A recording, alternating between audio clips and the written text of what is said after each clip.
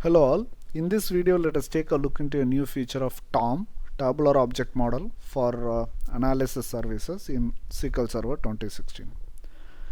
TOM, Tabular Object Model is nothing but is an extension of AMO, which is Analysis Service Management Objects, and Object API, which can be used for administrating analysis services. Predominantly it will be used for kind of creating a dynamic partitions and then processing the partitions, and then whatever administration stuff we want to do, we can do it in the analysis service using AMO.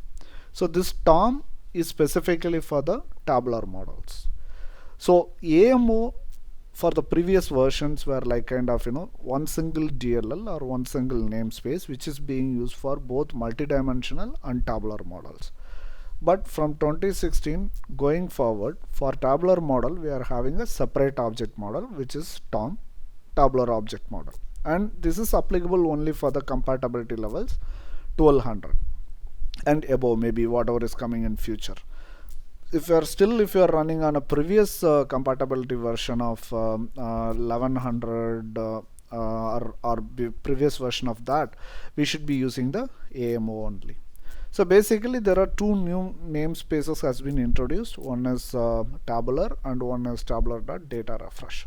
So the tabular has a different object model structure itself, which we will see shortly, and data refresh is used for kind of refreshing the data into the partition or table or into the complete database. So if you see, this is the object model for the AMO and TOM. For AMO, if you notice, you could see that there are something called like measure group, cube dimension, aggregation design, partition. Partition is common, but this measure group dimension, cube dimensions, all these things are applicable for multidimensional models only. But when we are working with the tabular models, or previously, we need to go through or use all these objects for the tabular models as well. In a way, it is very confusing to understand, to correlate the tabular model structure with the multidimensional model and use it. Now with the TOM, it is kind of a pretty straightforward and simple. Like it has only the relevant objects required for the tabular models. As you see here, it has a server, database, model, and then under that it has a table, and table has a column, partition, measure.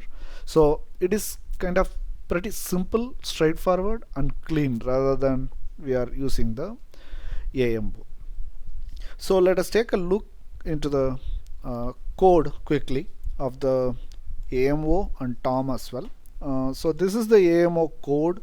As you have seen in the object model, we will have to go to the dimension, cube dimension, and then get the dimension attributes and hierarchies from the cube dimension. Then we need to go to the measure groups and then get the measures basically.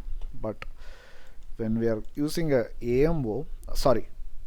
TOM, it is a pretty straightforward stuff here. If you notice here, we are looping through each and every table and we are just getting the columns, measures, partitions, and I have not written a code for KPI and relationships. So whatever is there for this table, we can just directly grab it in this fashion. So in this way, it is pretty simple, straightforward, and only has the objects relevant for the tabular models. So let us quickly try to run this code and see the output.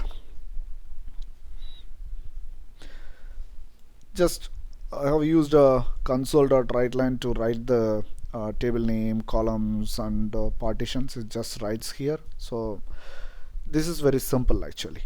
And as you notice here, for processing the partition or at the table level, you can use this request refresh method, which is basically coming from the analysis service tabular.data refresh namespace. So in the references, if you notice, I have added this tabular. This is the new DLL which has been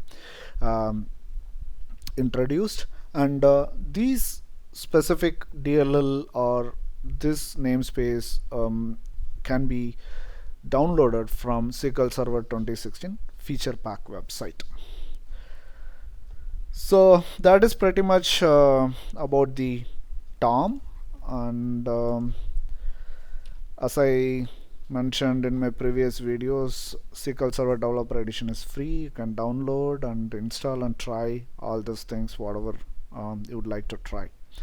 Thank you very much for watching this video. I will meet you all soon with my next video.